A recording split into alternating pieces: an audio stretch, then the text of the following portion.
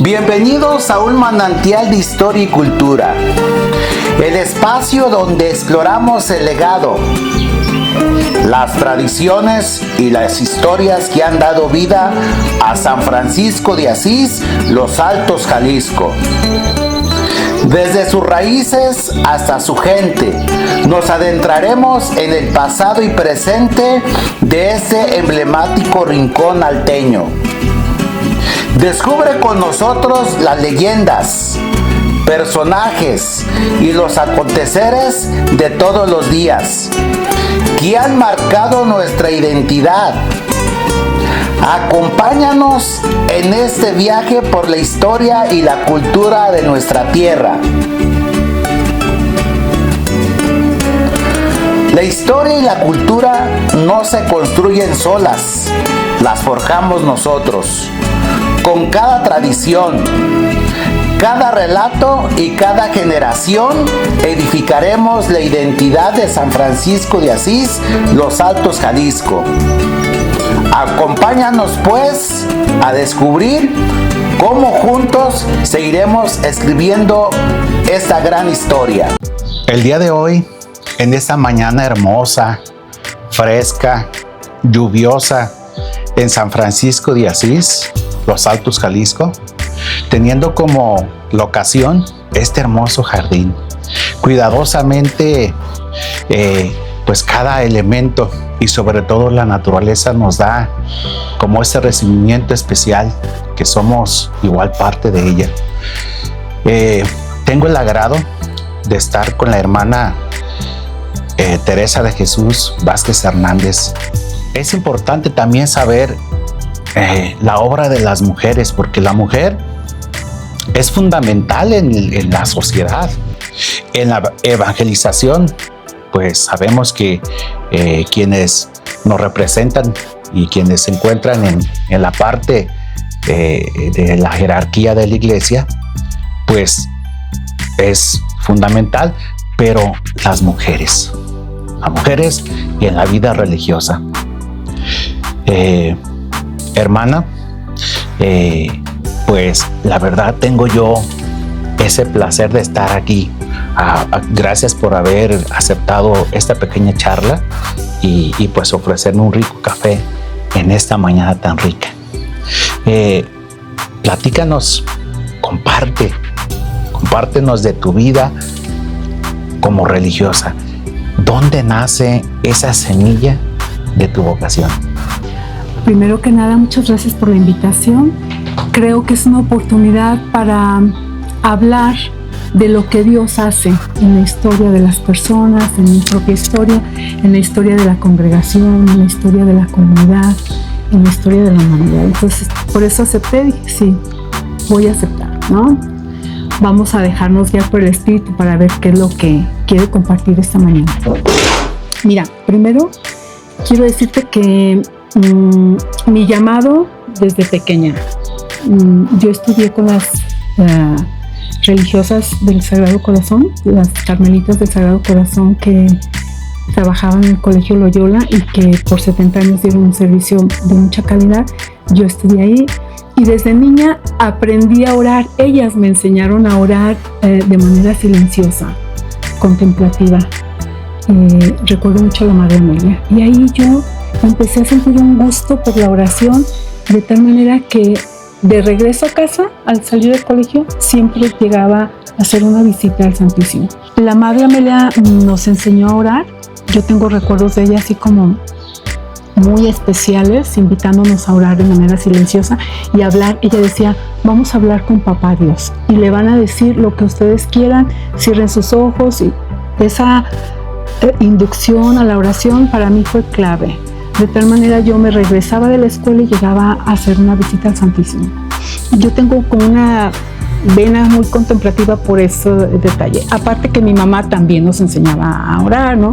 Mi mamá me preparó para la primera comunión y pues todo el entorno de familia nutre la fe y por supuesto es ahí donde crece la vocación.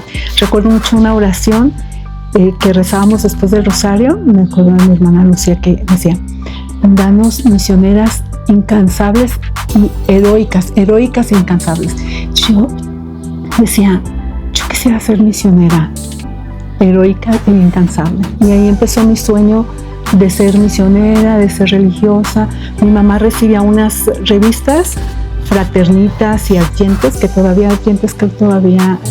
se existe. Fraternitas ya no, pero Argentes, y yo las coleccionaba del mes de febrero, marzo, abril, o sea, las iba coleccionando, y me gustaba leer las historias de las misioneras.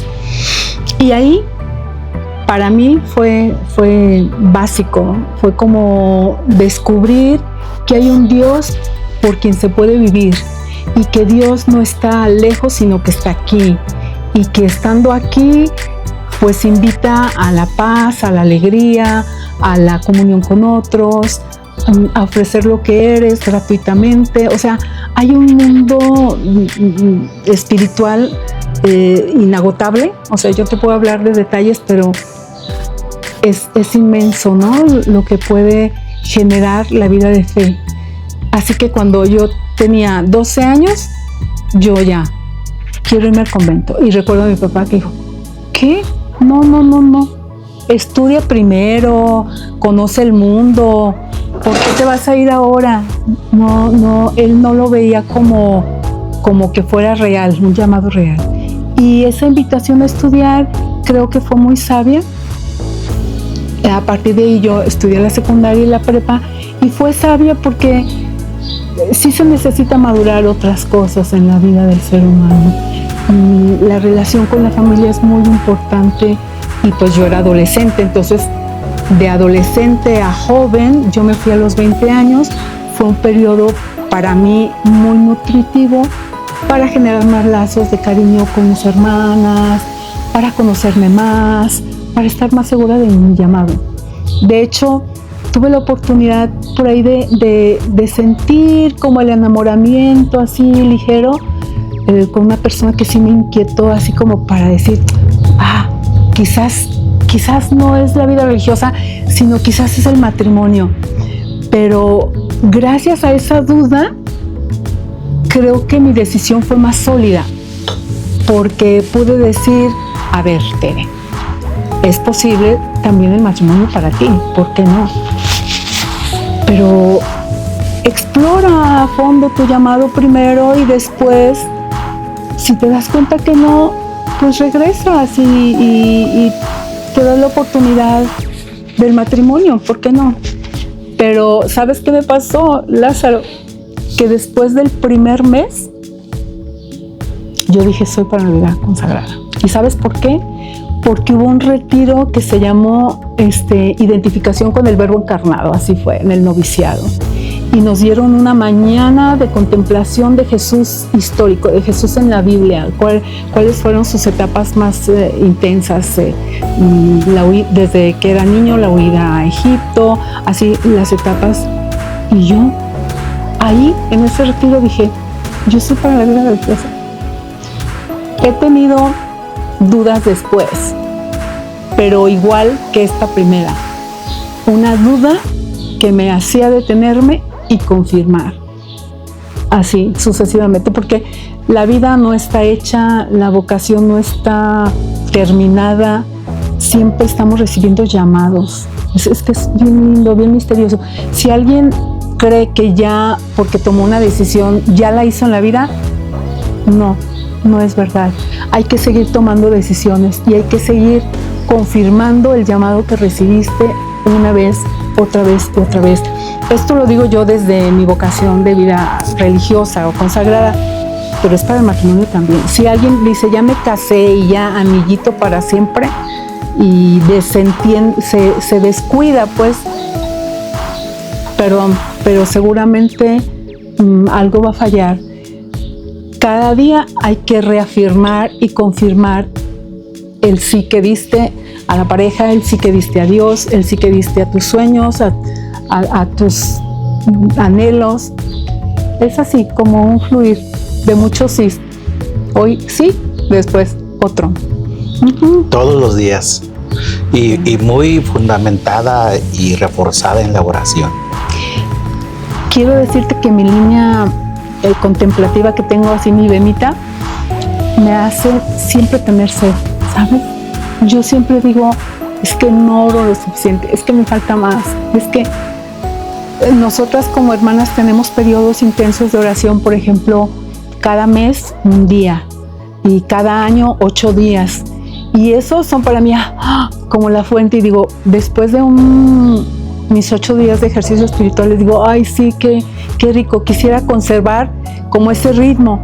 Y ya sigue la vida del hacer, de la misión, y ya no puedes dedicar todo el tiempo que quisieras. Pero ahí descubro que es la sed que me mantiene siempre decir, ay, quiero más, quiero dedicarle más tiempo a Él, porque así es. Quien empieza a gustar un poquito a Dios, no se sacia. Yo pienso también que ustedes como religiosas y en particular tú en tu vocación, el día cotidiano, ¿sí? Porque pues su vida no solamente pues está enfocada en la oración así estructural, sino también su vida la hacen oración en sus actividades. Buenísimo. Ay, este punto me encanta que lo toques así. Te voy a decir porque la oración luego se convierte en un modo de vivir. O sea, la hora de oración que dedicas para meditar la palabra, para conversar con Dios, necesita convertirse en una actitud de vida, en un modo de apertura a Dios siempre. Entonces, es eso, combinar.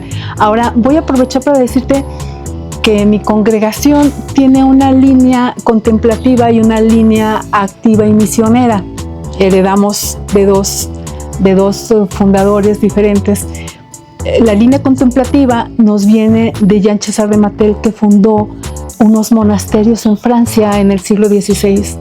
Entonces ella era la época, se consagró a Dios y era una vida consagrada a la contemplación, a la adoración al Santísimo, por varios siglos, ¿no? El siglo XVI. Y en el siglo XVIII, un obispo, Claudio María Dubuis, que también con un espíritu misionero desde muy joven, vino a América, de Francia a América, y fue el quien nos fundó, porque él era muy activo, así como inquieto, y buscaba como dar respuesta a las necesidades. En aquel momento era la posguerra, la guerra civil en Estados Unidos, y tú sabes lo que es una guerra. Trae muchos destrozos, huérfanos, viudas, pestes, porque la pobreza extrema todavía se remarca. Efectivamente. Entonces, en ese contexto, Claudio, primero como misionero, muy joven, muy comprometido. De hecho, decía él, estoy hecho para trabajos rudos, ¿no? Él se ponía a construir las pequeñas capillas, él visitaba toda el área a caballo, o sea, pasó muchas aventuras muy interesantes que están escritas en un pequeño libro que luego se escribió de él. No es santo, pero para nosotras como si lo fuera, porque fue un gran hombre. Lo nombran obispo. Él no quería aceptar ese honor, porque decía, yo no soy para eso, pero su pasión por la misión aceptó. Entonces, siendo obispo, él recurre a Francia y va a ese monasterio de Jean César de Matel con las religiosas del Verbo encarnado y del Santísimo Sacramento, y les dice, yo necesito ayuda. Y ellas le dicen, es que nosotras solo somos para la vida contemplativa, nosotros no tenemos autorizaciones. Era el estilo de la época. Y entonces 3 jovencitas deciden dar respuesta al llamado de Claudio María y las preparan en un par de meses para ser misioneras y para consagrarse. Así que 3 mujeres jovencitas, como dices, toman ese riesgo y atraviesan el océano para venir a América sin saber si podían regresar a ver a sus familias, sin saber qué les esperaba nueva cultura, otra lengua, o sea, ellas no hablaban el español, ellas eran francesas nada más y se aventuraron, no hablaban el inglés y así lo hicieron, y muy jóvenes, 22, 24 años, o sea, así. Y así surgió la congregación, o sea, tenemos la pasión misionera de Claudio y las primeras hermanas, y tenemos una formación en un convento de claustro donde la vida contemplativa era prioritaria, la contemplación al Santísimo, reconocer a Jesús, y fíjate, nuestra carta fundacional, que es la que nos dio origen, dice así: estimada Madre Madeleine, nuestro Señor Jesucristo, sufriendo en una multitud de enfermos, espera el alivio de sus manos. Dice, en otro tiempo les encomendó las obras de misericordia espirituales, pero ahora quiere encomendarles las obras de misericordia corporales. Y así se vinieron. Una aventura, ¿eh? Hacían un mes de camino, un poco más en barco, porque así era el modo. Y ya estando acá, a integrarse, a aprender el idioma, a dar respuesta a las necesidades, así de manera muy creativa y muy activa. Yo admiro muchísimo a nuestras primeras hermanas que fueron tan valientes, decididas, visionarias, generosas y espirituales, muy, muy espirituales. De ellas también tenemos algunas cartas, porque era el medio de comunicación de aquel entonces, cartas, y es lo que se ha compilado de ellas como una herencia. Hermana, yo siempre me había preguntado en mi interior al mirarla aquí en la comunidad, en su pueblo, entre nosotros, decía, bueno, la religiosa, la madre Teresita o Tere, como el pueblo, y pues esa gran confianza, su congregación. Yo había escuchado de otras congregaciones, otras comunidades, y siempre me preguntaba, y por ahí escuchaba el nombre de su congregación, pero de una o de otra forma, como no es muy conocida entre nosotros aquí en el pueblo, me preguntaba. Un día le voy a hacer esa pregunta que necesito satisfacer, y es hoy. Platíquenos así del nombre de su congregación. Ya nos dio un antecedente y cómo se va fusionando, cómo se va integrando a lo que hoy ya ustedes trabajan como comunidad. Ya, nosotros somos hermanas de la caridad del Verbo encarnado, ¿sí? Hermanas de la caridad, o sea, en este tiempo de Claudio María, surgían muchas congregaciones con este toque de la caridad, de dar respuesta a las necesidades. Y del Verbo encarnado, por este sentido de encarnación bellísimo, de la espiritualidad de la encarnación de Jean César de Matel, que te comentaba. Entonces, somos hermanas de la caridad del Verbo encarnado. CCBI es como nos conocen, CCBI, hermanas de la caridad del Verbo encarnado.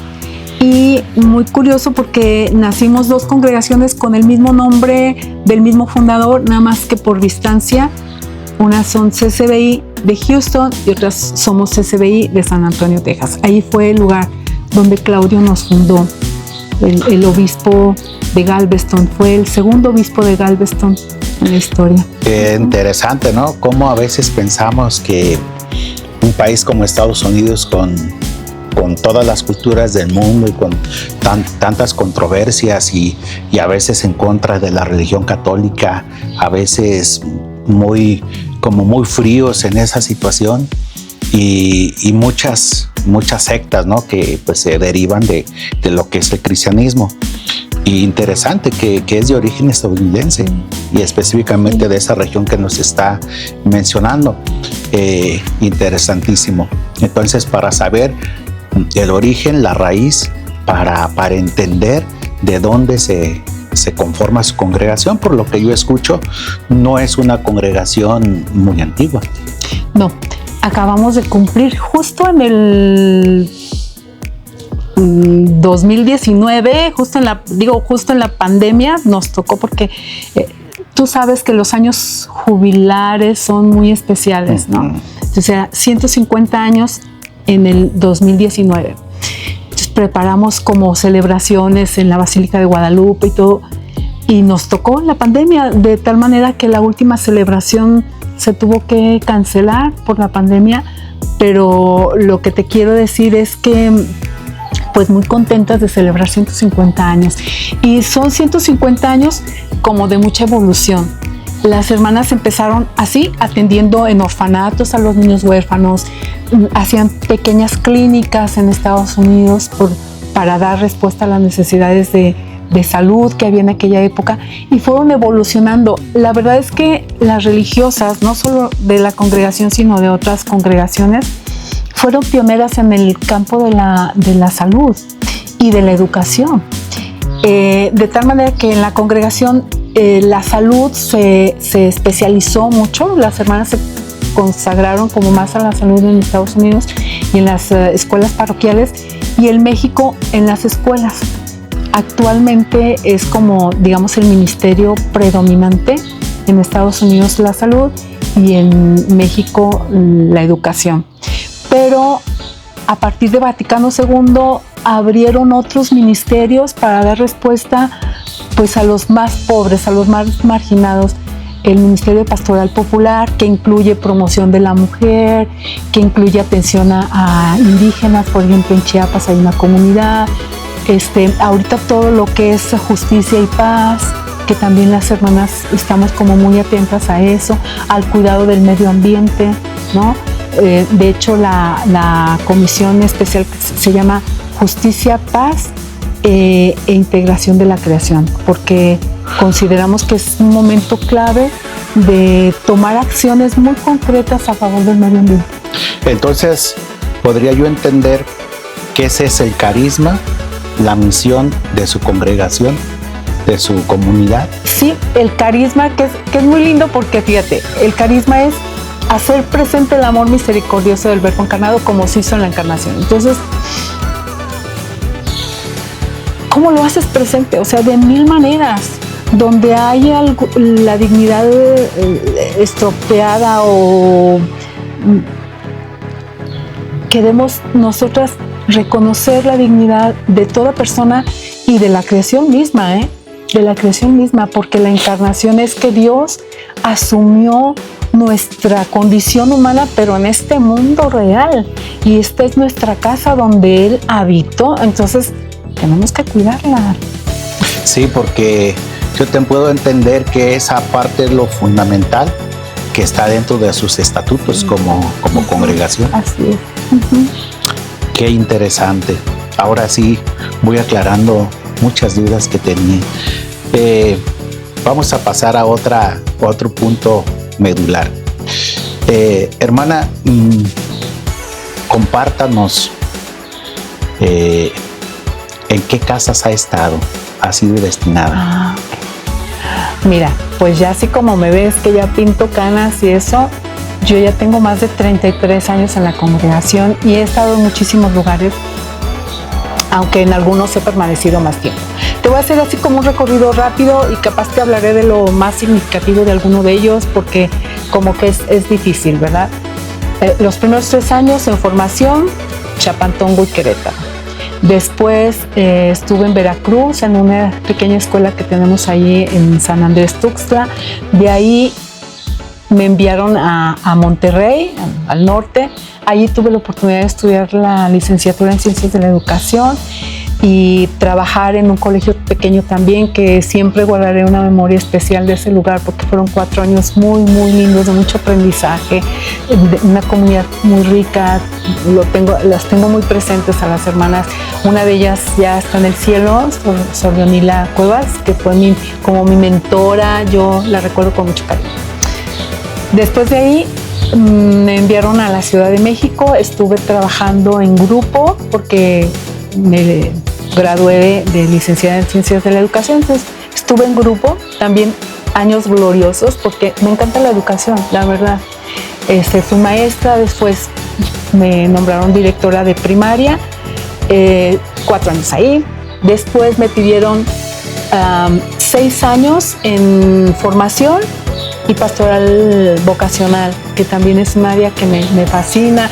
De hecho, estuve trabajando en ese tiempo en la diócesis de San Juan y mucho aprendizaje con un equipo bastante fuerte, animoso. Fueron años muy, muy, muy lindos para mí, esos 6 años de formación y de pastoral vocacional. Con los jóvenes organizábamos, eso sí, tengo que mencionarlo aquí porque eran actividades que me fascinaban. Mochilazos, o sea, con mochila al hombro, ajá, Lázaro, así con las jóvenes, nos íbamos una semana recorriendo la Sierra Zongolica de Veracruz. Llegábamos a un ranchito, un pobladito, una comunidad, nos daban algo de comer y le seguíamos a otro pobladito. Y hacíamos los ejercicios espirituales caminando. Imagínate eso, jóvenes con inquietud vocacional o con un espíritu de fe haciendo este recorrido a mochila al hombro. Yo no sé si ahorita tendría yo la energía y la capacidad de hacerlo, pero créeme que se me antoja porque fueron años de verdad y actividades de mucho sentido. Compartir con los jóvenes siempre te da mucha vida. O sea, los jóvenes tienen características muy especiales, cuestionan, tienen alegría, energía, entrega. Y yo solo experimenté esos años en esas actividades. Bueno,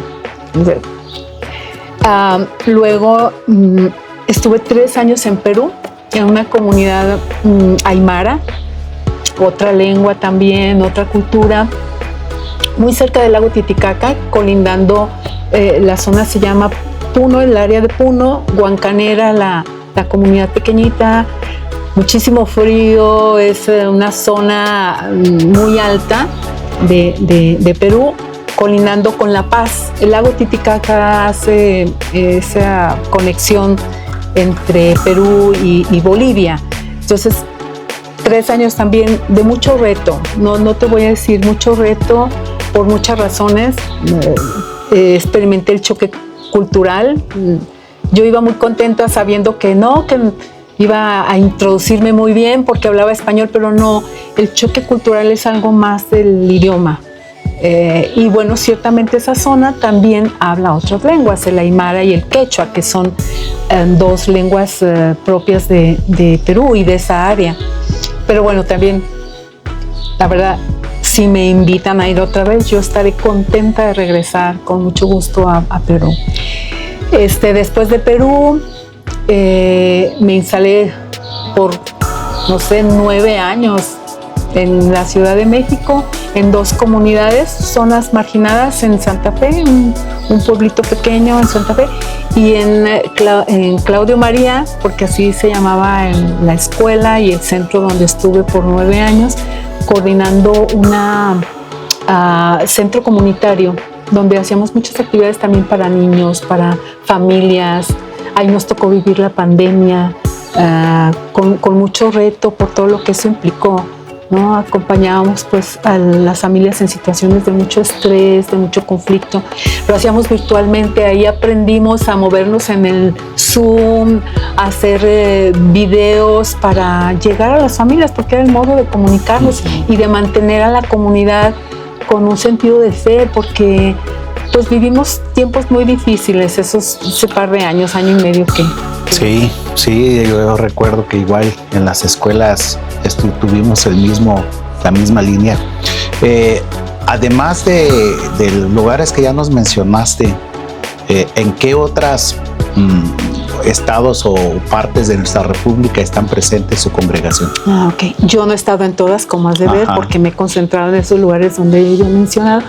Pero mira, por ejemplo, estamos en la zona norte, en Chihuahua, Ciudad Juárez, y la ciudad de Chihuahua, en Santa Catarina, Nuevo León, y en Monterrey, que es en San Luis también, en la Ciudad de México, estamos también en San Andrés Tuxtla y en Chiapas. Esos son los estados de Hidalgo también. Interesante. Habló de América del Sur, específicamente el Perú. ¿En qué otros países está presente la congregación? Fíjate que la congregación aunque tiene 150 años, no está muy extendida. Nos concentramos en 3 países actualmente: Estados Unidos, México y Perú. Pero hemos tenido misiones en otros 2 países que por cuestión se tuvo que cerrar por la distancia. En Zambia duramos alrededor de 15 años, también con un proyecto muy bellísimo en atención a todo lo que era el problema del SIDA. Pero bueno, esa fue una. Y la otra en Guatemala también, por un tiempo en el ISCAN. Conocí ese lugar porque fue en mi periodo que era pastoral vocacional, y lo conocí en una zona muy marginada y con mucha situación también de posguerra, porque sabes que Guatemala ha tenido muchos conflictos internos. Entonces, bueno, en esos 2 países que ya no estamos ahora, pero que están en nuestro corazón y en nuestra historia.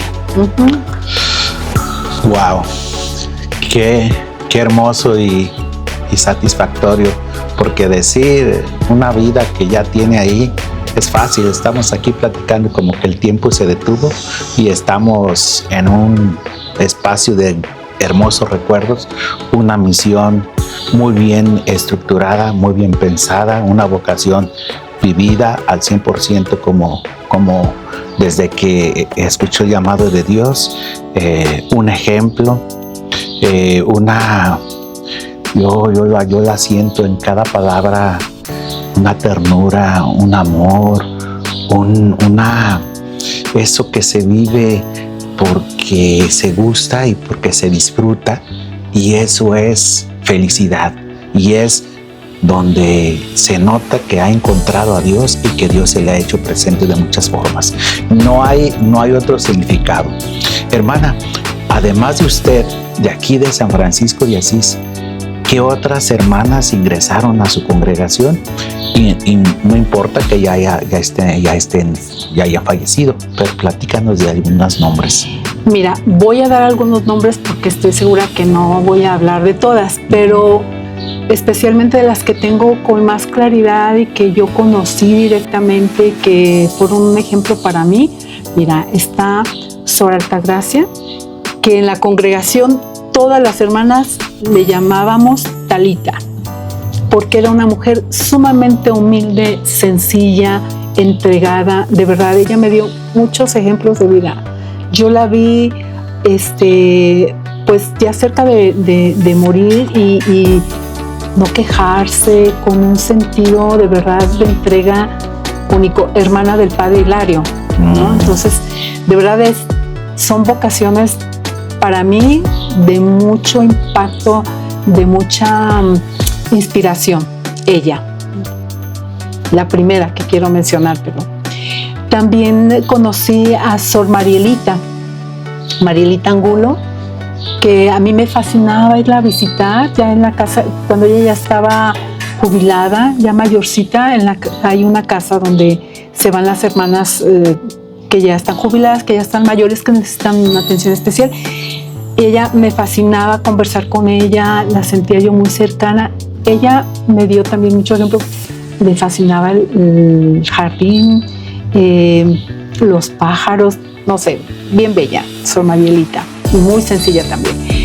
También está Lupita Angulo, que es pariente de Sor Marielita, y bueno, ella todavía vive, con ella también me relaciono muy bien. Está Sor Paula María, que es mi tía, hermana de mi mamá, que realmente, si soy honesta, creo que ella influyó para que yo eligiera la congregación, porque yo la admiraba también, y entonces ella influyó porque fue a través de ella que conocí la congregación. Ella también todavía vive, está en el área de las hermanas jubiladas, y también es un ejemplo para mí de fidelidad, de entrega, de sencillez también. Mi tía es una gran mujer.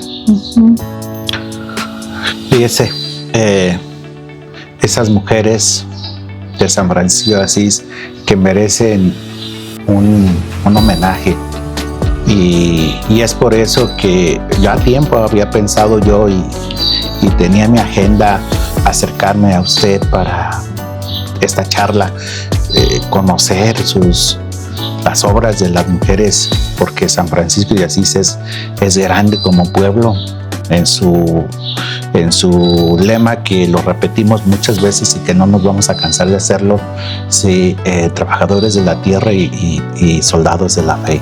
Y entonces ahí las mujeres y ustedes en el otro tipo de tierra, sembrando, sí, para que produzca, y son frutos a largo plazo. Sí, son frutos a largo plazo y muchos no los va a ver usted, pero están ahí, y esos frutos van a seguir como polinizando, como lo hacen las plantas, y se van a ir fusionando, porque la obra de Dios es grande y porque Él se vale de todos los medios para poder engrandecer su reino. Ustedes están para eso. Muy bien, pues me gustaría, para terminar así con esta charla, que les diera un mensaje a las jóvenes, que les haga una invitación a que busquen su vocación también por medio de la vida religiosa, ¿sí? Y pues tiene mi canal precisamente para eso. Muy bien, muy contenta de que me ofrezcas este espacio. Quisiera yo mencionar un par de cosas. Primero, que no tengan miedo de buscar, ¿no? Los últimos papas han invitado a los jóvenes a arriesgarse, a no tener miedo, a hacer lío. O sea, yo creo que los jóvenes tienen muchos valores y muchas cosas que mostrar que son muy valiosas, ¿no? Entonces, primero eso, no tengan miedo de buscar, arriésguense a buscar, a explorar, hacerse preguntas, ¿no? Háganse preguntas, no importa que parezcan demasiado atrevidas o que no armen lío, hagan preguntas, acérquense, busquen, eso es lo primero. Y lo segundo es que tú mencionaste algo ahorita, decir, usted el 100%. Y yo digo, el 100% no significa perfección, ¿no? No significa santidad pura de altar, no. El 100% significa que yo estoy luchando, que yo soy consciente de mis límites y que yo siempre estoy mirando más allá, porque hay un espíritu que me mueve a mirar más allá, incluso más allá de mis límites. Yo te voy a confesar, y también esto lo digo pensando en los jóvenes, yo puedo decir, el Señor ten piedad, el misericordia en la Eucaristía, con mucha conciencia de que tengo fallas y que de verdad necesito la piedad de Dios, que necesito su misericordia, que necesito su perdón, ¿no? Entonces, cuando yo digo quiero continuar, no es porque yo no haya tenido errores, sino porque aún a pesar de mis flaquezas, de mis debilidades, de mis errores, Dios me da siempre la oportunidad. Así que yo, por ejemplo, a los jóvenes les puedo decir, no esperen a mirarse perfectos para dar un paso, no, con todo lo que son, con todas sus flaquezas, con todos sus errores, con todas sus caídas, no importa, ustedes miren a quién van a seguir, o sea, miren quién puede ser su líder, su inspiración. En este caso, pues yo, de verdad, te lo digo a ti, Lázaro, para mí lo mejor que me ha sucedido ha sido conocer a Jesús. O sea, no hay mejor líder, no hay mejor inspiración, o sea, pero ¿qué pasa? Lo conocemos poco, ¿sabes? Lo conocemos demasiado poco y a veces hasta lo interpretamos mal.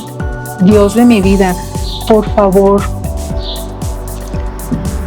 búsquenlo. O sea, Él siempre estará ofreciéndonos muchas oportunidades de vida y de vida plena, de libertad, de amor. O sea, pero hay que buscarlo de veras y hay que confiar en Él, confiar en su espíritu. Entonces, eso es lo que yo diría para los jóvenes que me escuchen, que tengan dispuesto el corazón, no tengan miedo de buscar, y cuando vean un horizonte, aférrense a Jesús, porque Él está dispuesto a caminar con ustedes a pesar de tanta flaqueza, a pesar de muchos errores.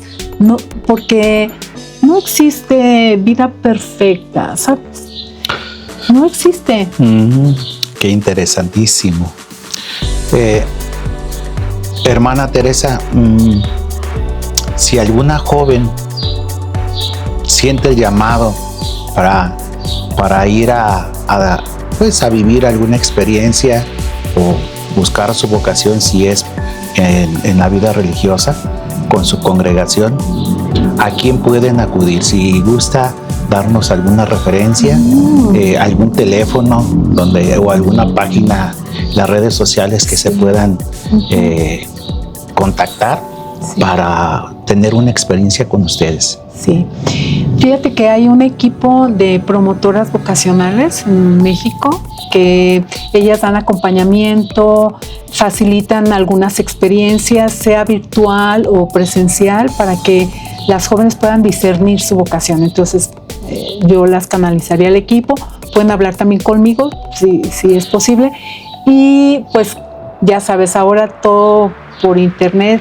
Hay una página, Hermanas de la Caridad del Verbo Encarnado, que ellas pueden entrar y pueden explorar. También te digo, el equipo yo no lo sé manejar, yo soy muy torpe para la tecnología, te diré, pero sí tenemos Facebook, busquen Vocaciones SBI, y también hay Instagram. Yo te digo, yo no lo manejo. Ahora son las redes sociales, y son sí, los muchachos quienes están ahí al 100% y al día. Sí, ¿sí? Yo necesito actualizarme más, pero sí tenemos Instagram y Facebook para vocacional, para quienes quieran conocernos y quieran contactarnos. Pues bien, jóvenes mujeres, ¿verdad? Aquí tienen una oportunidad para que se den cuenta que la vocación no solamente es al matrimonio o al celibato, sino que también está la opción de la vida religiosa. Este es parte de la historia, es cultura, porque es la forma de vida de las personas y siempre buscamos la felicidad, y es la obra más grande de Dios, y es sobre todo la misión, y es ese plan de vida que todos debemos de buscar, de ser felices, ¿verdad? Porque para eso estamos, venimos a este mundo a algo. Y hay una pregunta que yo les hago siempre a los adolescentes, ¿no? ¿Quién soy? Sí. ¿A dónde voy? ¿Y por qué quiero ir a donde yo decido ir? Porque hay una misión que hay que cumplir. Y debemos de dejar huella, pero huella positiva. Y esa huella positiva significa cumplir un plan de vida, un proyecto de vida, ¿sí? Mediante la vocación o mediante, de todas formas, la vocación de cualquiera que sea, a lo que yo me voy a dedicar en la vida. Pero sobre todo, a ser feliz, y hacer feliz a los que me rodean. Esto es cultura, esa forma de vida, y un manantial de historia y cultura. Pues lo vuelvo a decir, le agradece, hermana, estos momentos, esta charla tan cordial, tan de veras que pues me siento muy halagado, y la atención, sobre todo esa delicadeza y esos detalles. Muchas gracias por haberme permitido entrar a su casa, la casa de su familia, y esta charla en este Edén. Gracias, bendiciones a todos los que nos escuchan, y muchas gracias a ti, Lázaro. La historia no es solo lo que quedó atrás, sino lo que vivimos hoy y lo que dejaremos a las futuras generaciones. En un manantial de historia y cultura, honramos el pasado de San Francisco de Asís, Los Altos, Jalisco, para entender nuestro presente y construir un legado, porque cuando el presente se vuelva pasado, es entonces cuando inicia la historia. Sigamos explorando juntos nuestras raíces y escribiendo el futuro.